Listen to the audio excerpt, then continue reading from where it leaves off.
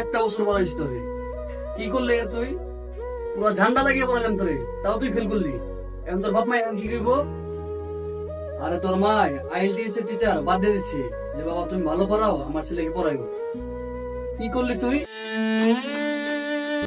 Sheet! আর বেটা আমি তো তোর টেনশন করি না, আমি টেনশন করি তোর মা।